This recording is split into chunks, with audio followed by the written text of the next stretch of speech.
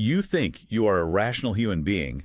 Well, you are wrong. Yeah, completely wrong. Every choice you make, every grand plan you construct, it is all being secretly hijacked. Right. I mean, you believe you are the pilot of your own life. You look at the control panel, you see your hands on the yoke, and you think, yeah, I'm flying. Exactly. But you are not. You are a passenger.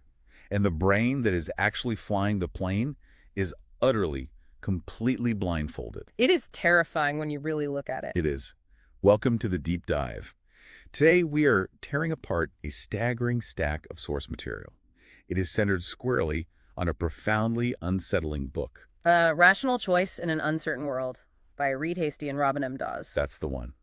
And our mission today is simple, but it is brutal. We are going to expose the invisible glitches in your brain. The literal glitches that dictate your life, control your money, and, well, sometimes decide your survival. It really is a complete demolition of human logic. We walk around all day relying on this biological machine. And it is a profoundly flawed machine. I mean, we trust our intuition implicitly. We let it make our biggest life choices. Right. But the terrifying truth, when you actually look at the data, is that it betrays us constantly. So to really understand the scale of this betrayal, I want to start with a picture. Just close your eyes for a second. Okay, setting the scene. Picture a stark, minimalist, absolutely freezing landscape. It is 1912. You are standing on the Antarctic ice shelf. The wind is howling. The temperature is lethal. It practically burns. British explorer Robert Scott and his team are dead. They are frozen solid in their tent. And here is the detail that will just haunt you. They are only 11 miles from a massive supply depot. 11 miles. From food, warmth, life. Now, history tells a very specific, comforting story about this tragedy. Right. History blames the brutal weather, unpredictable blizzards that trap them. History blames a stroke of terrible luck. But according to the source material we are unpacking today, history is lying. Yeah, the historical narrative is basically a cover-up. It is a cover-up for a massive cognitive failure. Wait, so the cold didn't kill them? The actual killer was the human brain? If you read Scott's diaries, he writes beautifully about how Providence was against them. Like the gods of weather just conspired against their survival. Exactly. But when you look at the scientific and historical data, something much more terrifying emerges. Scott's brain locked him into a death spiral. A death spiral of poor judgments long before the snow ever fell. Yes. He made fatal choices about where to place his supply bases. He made fatal choices about using ponies instead of dogs. Right, the ponies just couldn't handle the ice. And then he made this last-minute, completely emotional choice to increase his final summit team size. But he didn't adjust the rations. He just brought an extra guy without bringing extra food. His mind killed him before the ice did. His mind absolutely killed him. That right there is the central conflict of this entire deep dive. Human beings completely dominate the food chain. We own this planet because of our decision-making skills. But the modern world has entirely outpaced our biological evolution. The exact same instincts that kept us alive in the prehistoric jungle are killing us now. They are exactly why we fail in finance, why we misdiagnose diseases in medicine. It's like trying to run modern software on a million-year-old computer. I mean, it is going to crash. It crashes constantly. We are operating with prehistoric hardware in a digital probabilistic world.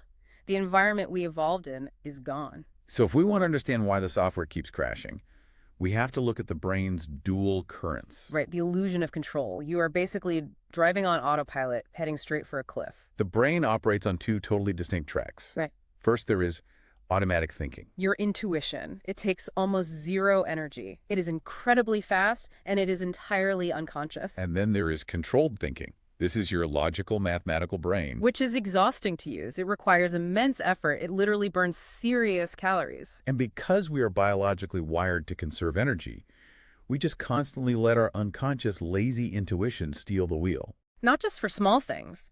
We let it drive during major, life-altering choices. We literally let the autopilot drive the bus. And the autopilot is totally blind. There's this incredible example in the sources, the therapist's blind spot. Oh, this one is mind-blowing. Consider highly trained, deeply educated psychiatrists who specialize in treating child abusers. These experts will confidently look you in the eye. They point to their years of clinical experience. And they claim no abuser ever stops on their own.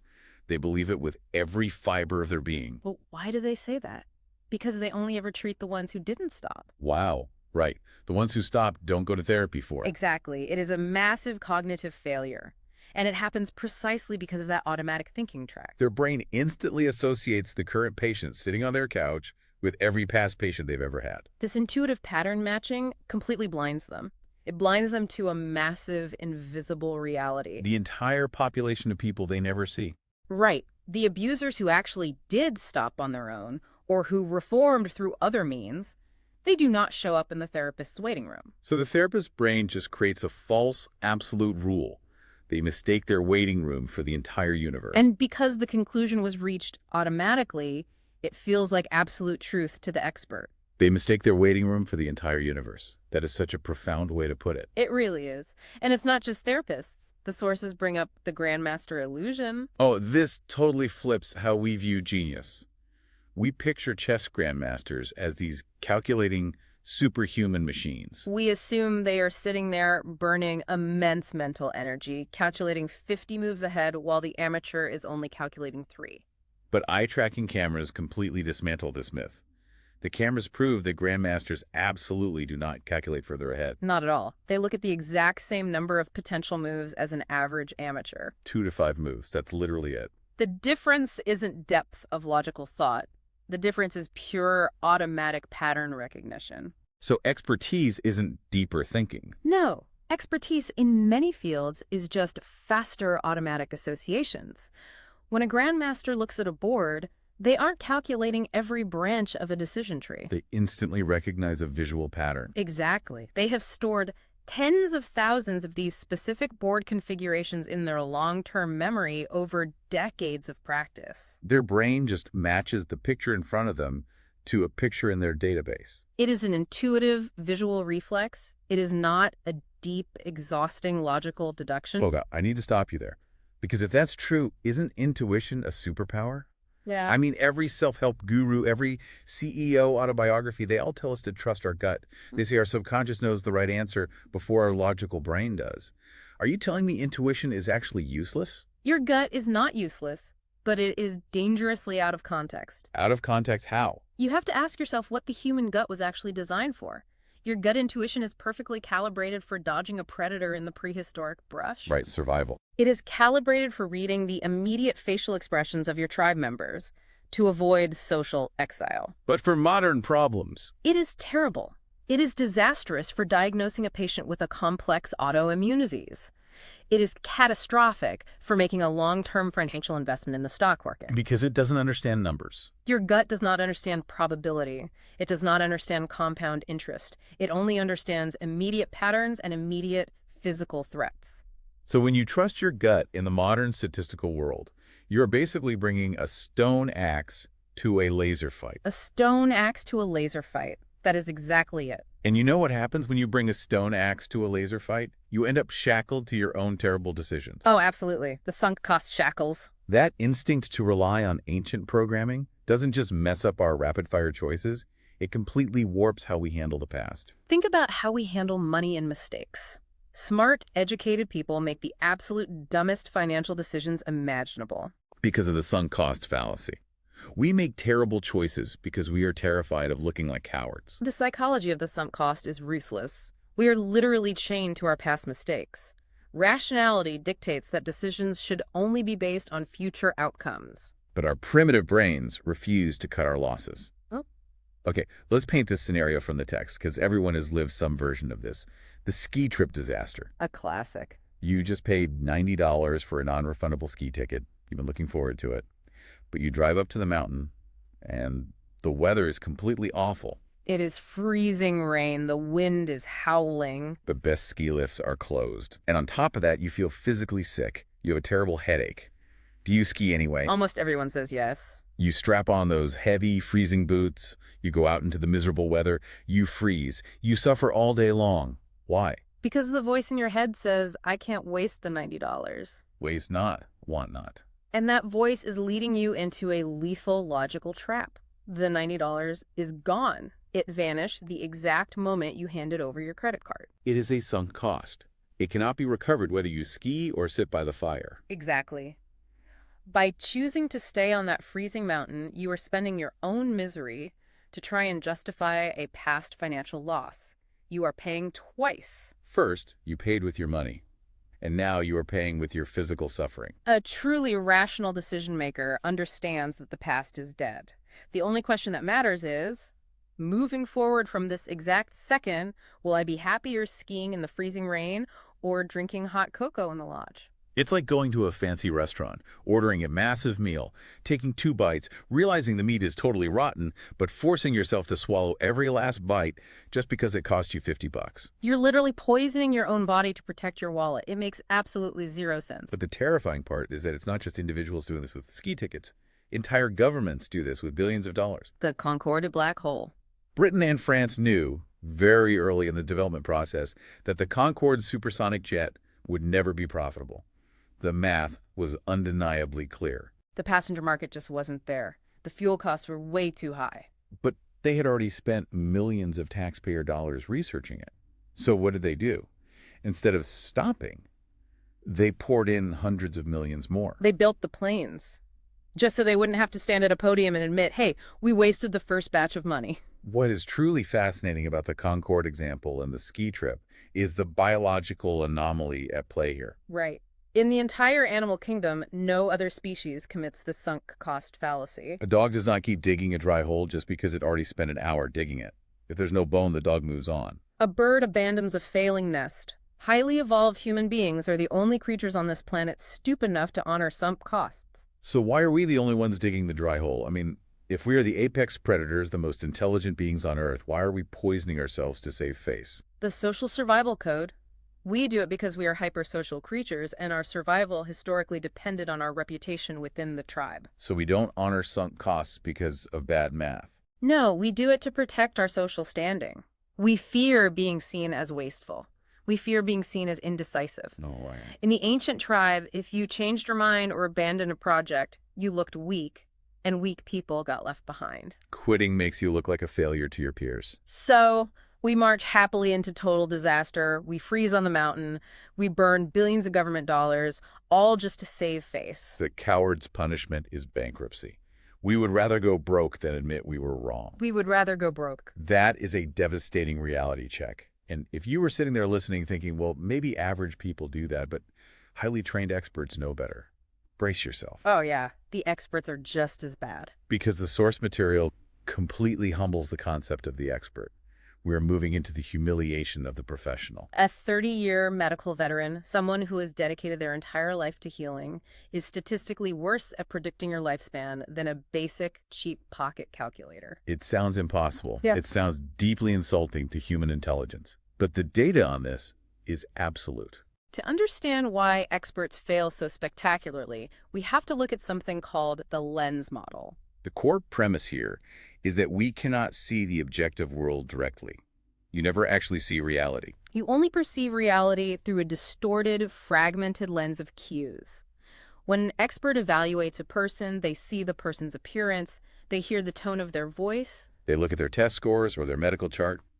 The expert takes these fragmented, imperfect cues, and their brain attempts to combine them to guess the objective truth. And this is where a researcher named Paul Meehl dropped a nuclear bomb on the professional world. Back in the 1950s, he started studying clinical experts. He looked at over 100 rigorous scientific studies that compared human judgment against simple math. We are talking about studies predicting massive life events, patient lifespans, academic success in college, whether someone would default on a bank loan. He pitted the seasoned, intuitive human expert against a simple linear math equation, literally basic addition and subtraction. The results were devastating for the human ego. In virtually every single study, the simple mathematical formula completely destroyed human expert intuition. Every single time. There is one specific study that just haunts me. Dr. Hillel Einhorn looked at Hodgkin's disease. He wanted to test the world's leading expert in predicting patient survival. The absolute top doctor on Earth for this specific disease. The doctor looked at the severity of patient biopsies. He used his decades of nuanced, intuitive experience to make a prediction on how long the patients would live. Do you want to know the expert's accuracy? 0%. Literally zero. His predictions had zero correlation with reality. Meanwhile, a simple mathematical model that used the exact same data from the biopsies. Vastly superior. It actually predicted survival. How does that even happen? The reason for this massive failure comes down to the brain's hard physical limits. The human brain, for all its wonders, is essentially a single-channel processor. Wait, single channel, like we literally can't multitask. Yeah, exactly. We physically cannot juggle multiple unrelated variables and assign them their proper mathematical weight at the same time. We deeply, arrogantly like to think we can, but we cannot. What actually happens is that we anchor onto one shiny detail. The expert doctor sees one specific cell abnormality and fixates on it. The loan officer sees a firm handshake and a nice suit. The admissions officer sees a confident smile. We anchor on that one cue, and our brain simply ignores or overrides the rest of the data. A formula does not get distracted by a confident smile. A formula looks at all the data, assigns the statistically correct weight to every single variable, and adds it up. Relentlessly, coldly, and perfectly. But wait, I have to push back here. What about the human touch? I hear this defense all the time, especially in hiring and college admissions. People love to defend the human touch. Doesn't a seasoned admissions officer or a veteran doctor see a spark in a person? Something intangible that a cold, unfeeling spreadsheet completely misses. That's sparks. Everyone defends so passionately.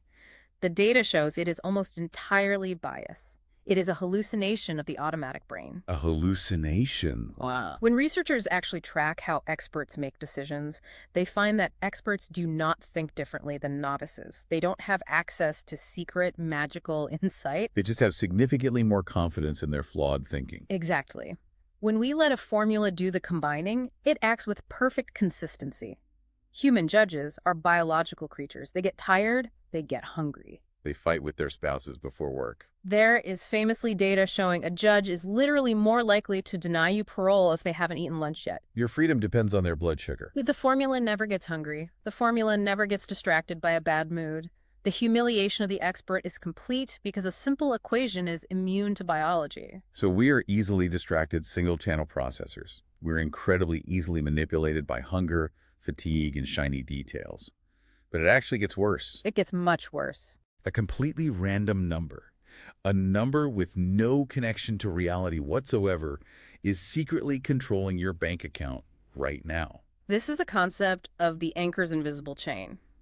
Anchoring is perhaps the most insidious glitch in our cognitive software because you almost never realize it is happening. It proves definitively that we have absolutely no internal compass for absolute value. We don't actually know what anything is worth. Let's talk about the Wheel of Fortune experiment, because this is legendary. Psychologists Tversky and Kahneman brought university students into a room. And they spun a rigged Wheel of Fortune right in front of them. It was literally a carnival game. The wheel was rigged to land on either the number 10 or the number 65. So the wheel spins, lands on a number. And immediately after, they asked the students a totally unrelated, serious question. What percentage of African nations are in the United Nations? Now, keep in mind, the students knew the wheel was random. They just watched a piece of plastic spin. The number on the wheel had absolutely nothing to do with global politics.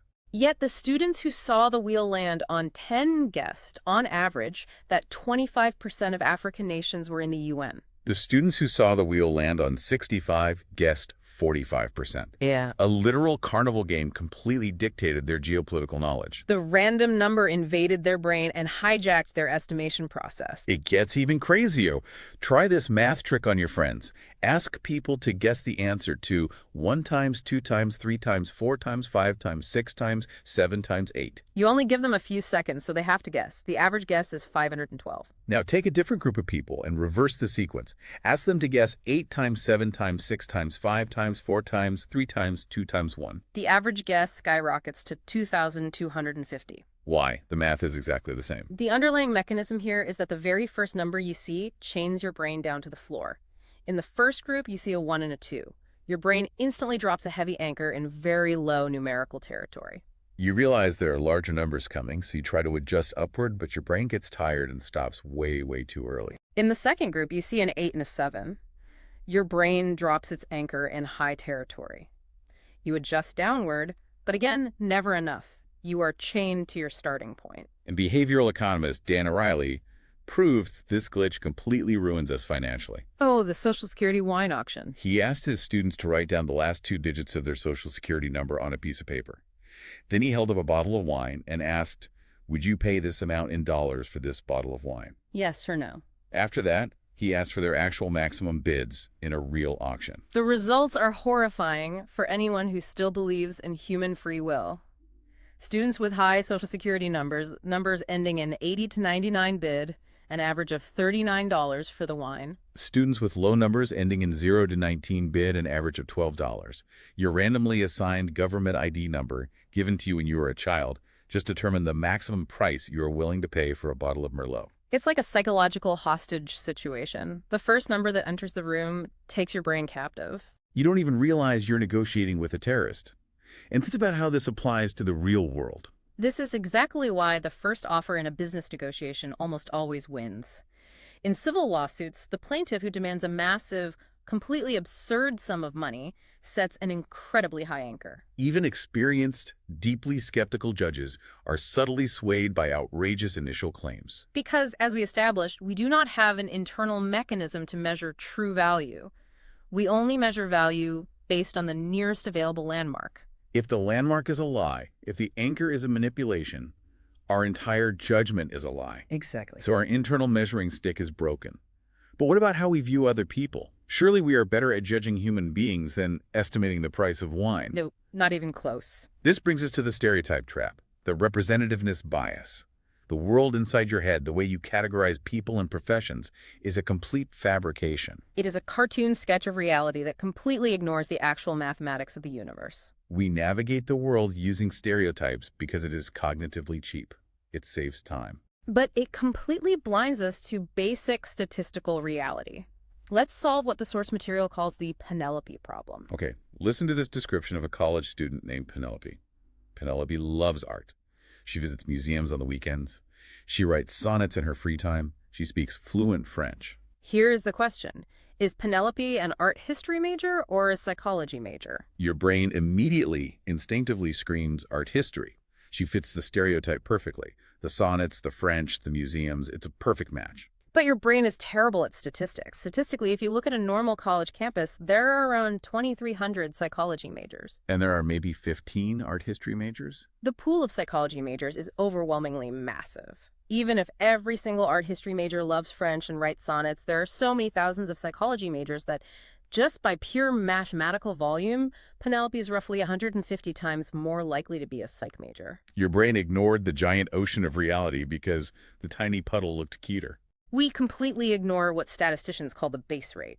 We judge a situation solely on how well a description matches our internal prototype of a category. We do not care about the actual statistical baseline of the universe. We don't ask how many of these things actually exist. We just ask, does this sound like my stereotype? And it gets even worse with the Linda paradox. This is where human logic completely falls apart. Set theory disaster. Oh, this breaks people's brains. Listen to this profile. Linda is 31 years old. She is outspoken. She is single. She is deeply concerned with issues of social justice and discrimination. Now, based on that description, which of the following two options is more probable? Option A, Linda is a bank teller. Option B, Linda is a bank teller who is also active in the feminist movement. When researchers ask this question, 86% of people choose option B. And we aren't just talking about average people, highly educated people, people who have taken advanced statistics courses, doctors, lawyers. They overwhelmingly choose option B. But choosing option B breaks the fundamental, unbreakable law of mathematics. A subset can never, ever be larger than the whole. Every single feminist bank teller on planet Earth is, by definition, a bank teller. Option A completely including option B within it.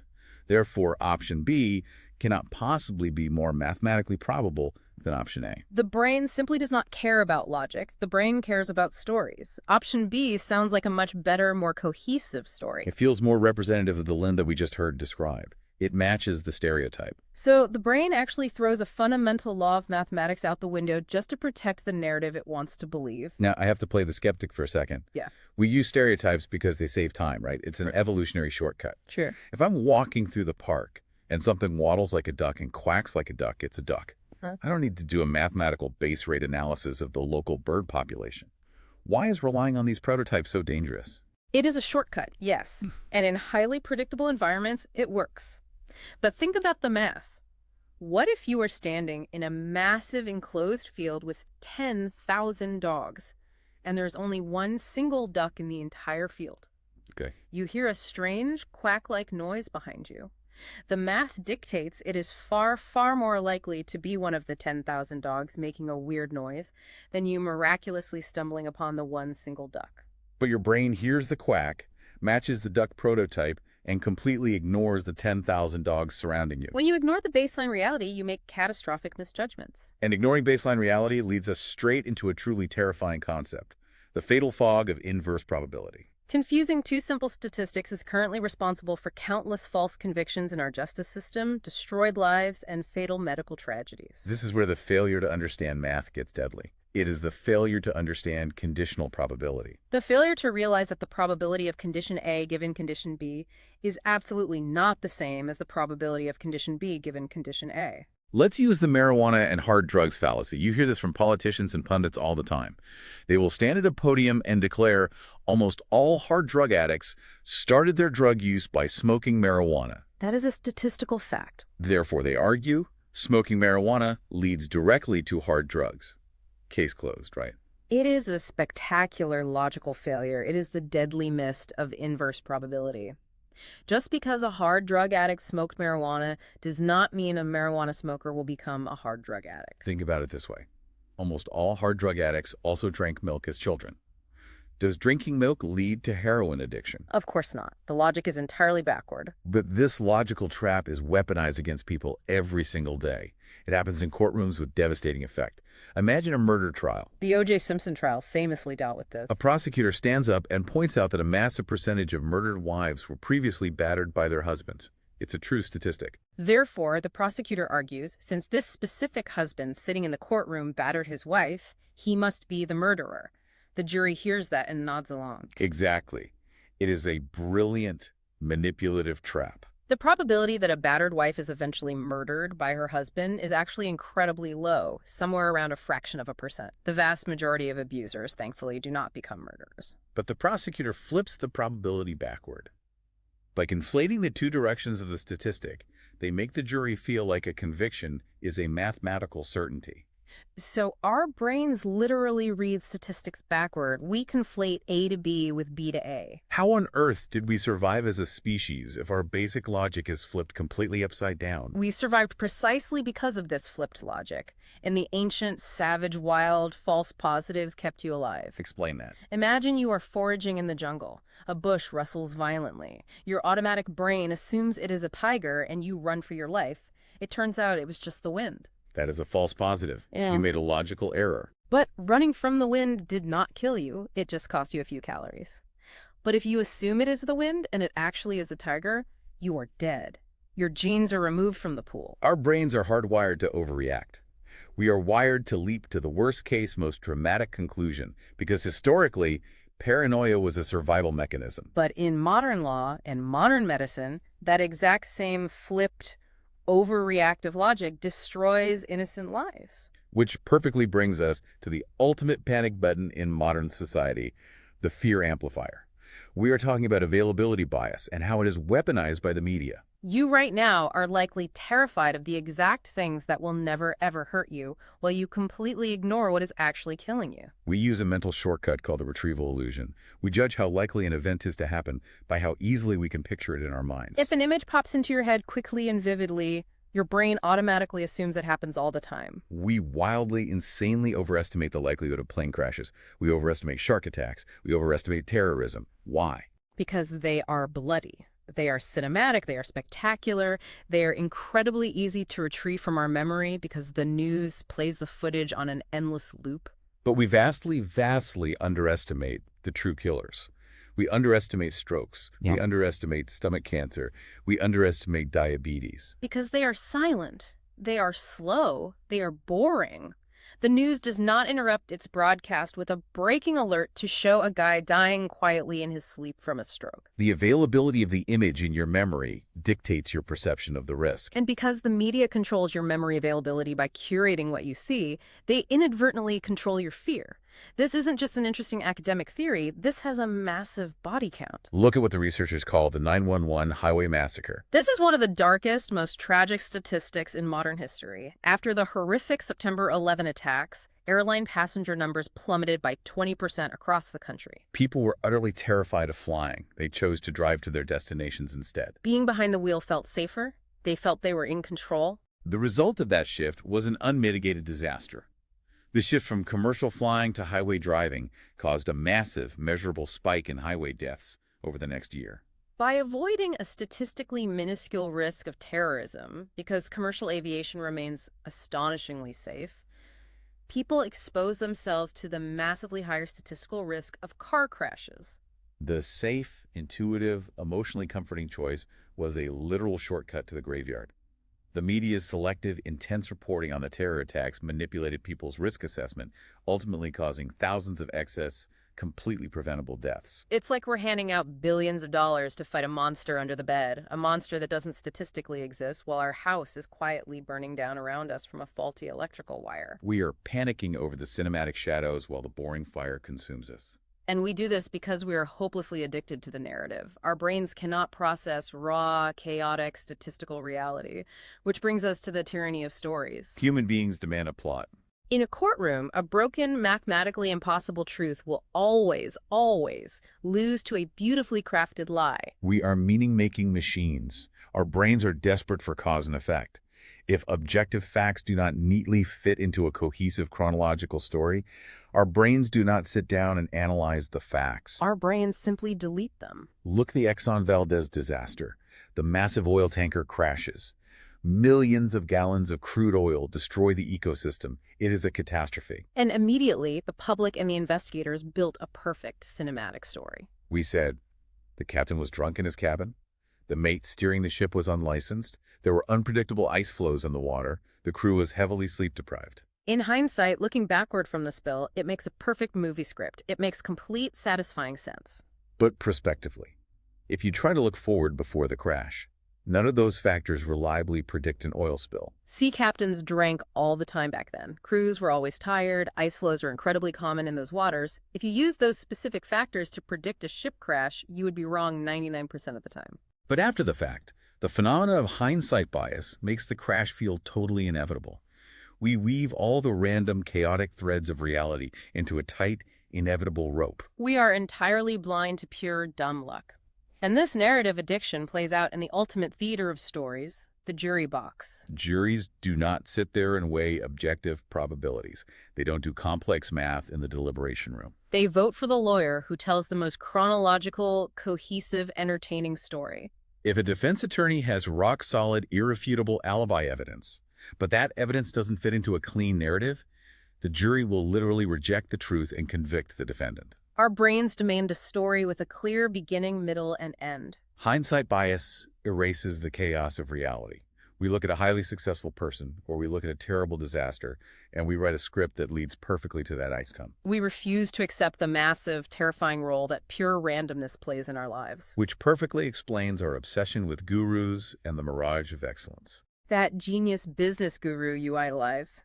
The guy selling you a masterclass for $3,000 on how to optimize your company. He's probably just writing a statistical hallucination. This is a beautiful mathematical truth that completely deflates human ego. It's called regression to the mean. Let's look at Daniel Kahneman's famous observation of the flight instructor's illusion. Kahneman was working with the Israeli Air Force. A veteran flight instructor is teaching young cadets how to fly fighter jets. The instructor notices a pattern. When a cadet makes a brilliant, incredibly smooth landing and the instructor gets on the radio and praises them, the cadet's very next landing is usually worse. But when a cadet makes a terrible, bumpy landing and the instructor screams at them through the headset, calling them an idiot, the cadet's next landing is almost always better. So the veteran instructor concludes praise makes people lazy and complacent. Brutal punishment breeds excellence. It makes intuitive sense. But reality is completely different. The screaming did absolutely nothing. The praise did absolutely nothing. What the instructor is witnessing is pure, unavoidable statistics. Extreme performance always, inevitably, regresses back to the average over time. If a novice makes a 1 in a million perfect landing, Statistically, their next landing simply must be worse. They can't stay perfect. If they make a disastrously bad landing, their next one must be better, because they aren't that bad on average.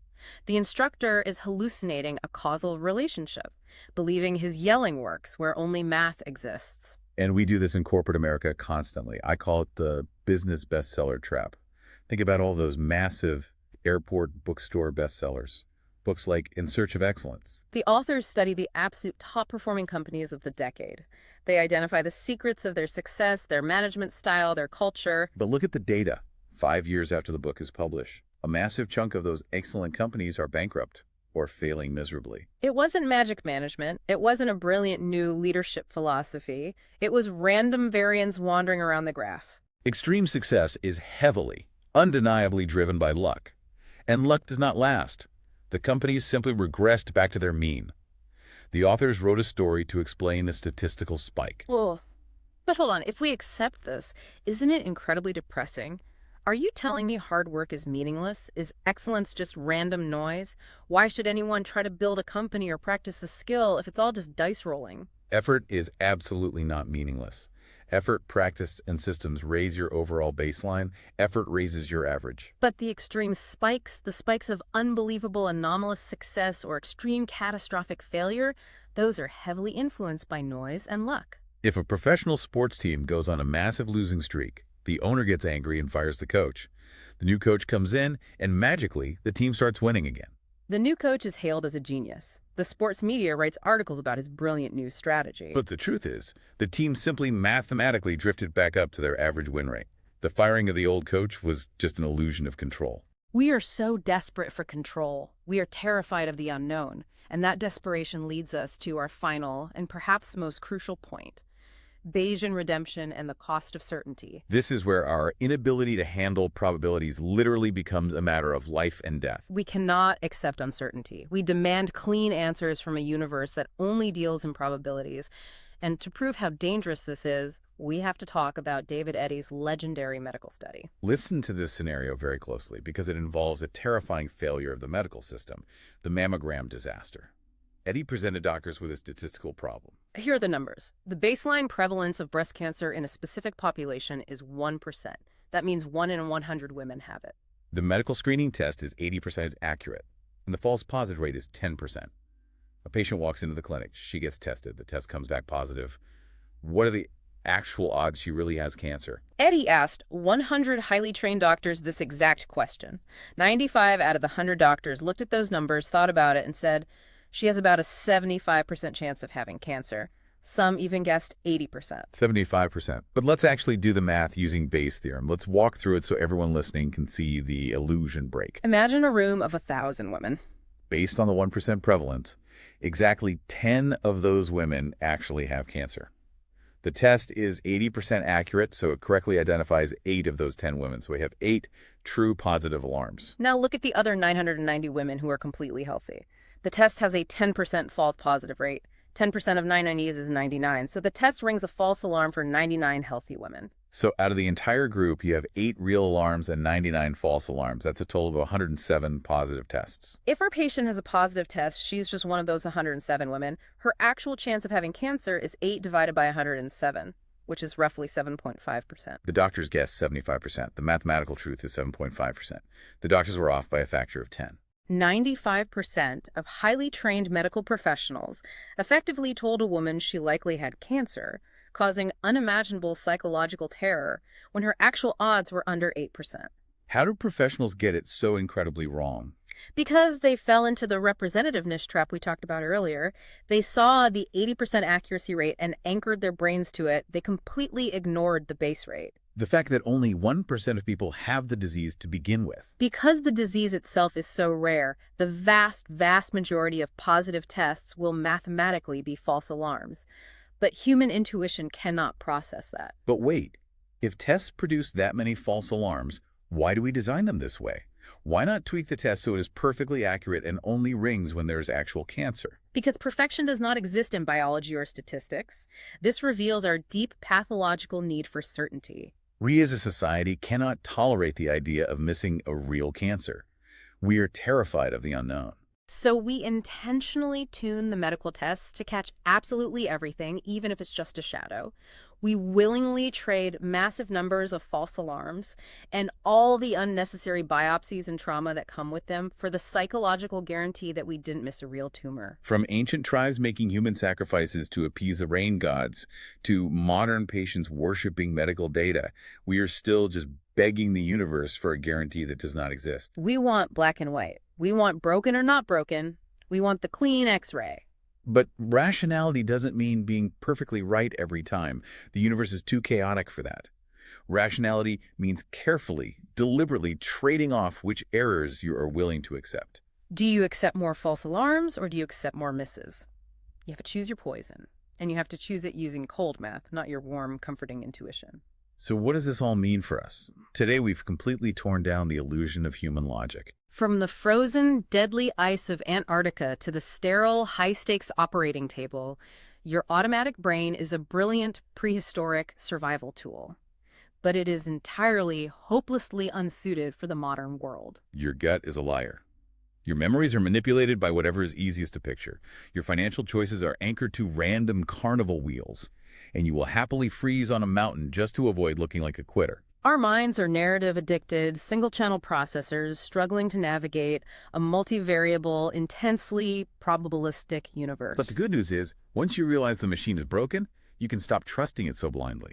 You can start using external tools, mathematical formulas, baseline statistics, systematic thinking to actually make rational choices. I want to leave you with a final provocative thought. Think about the sheer, terrifying scale of human error we've just uncovered in this deep dive.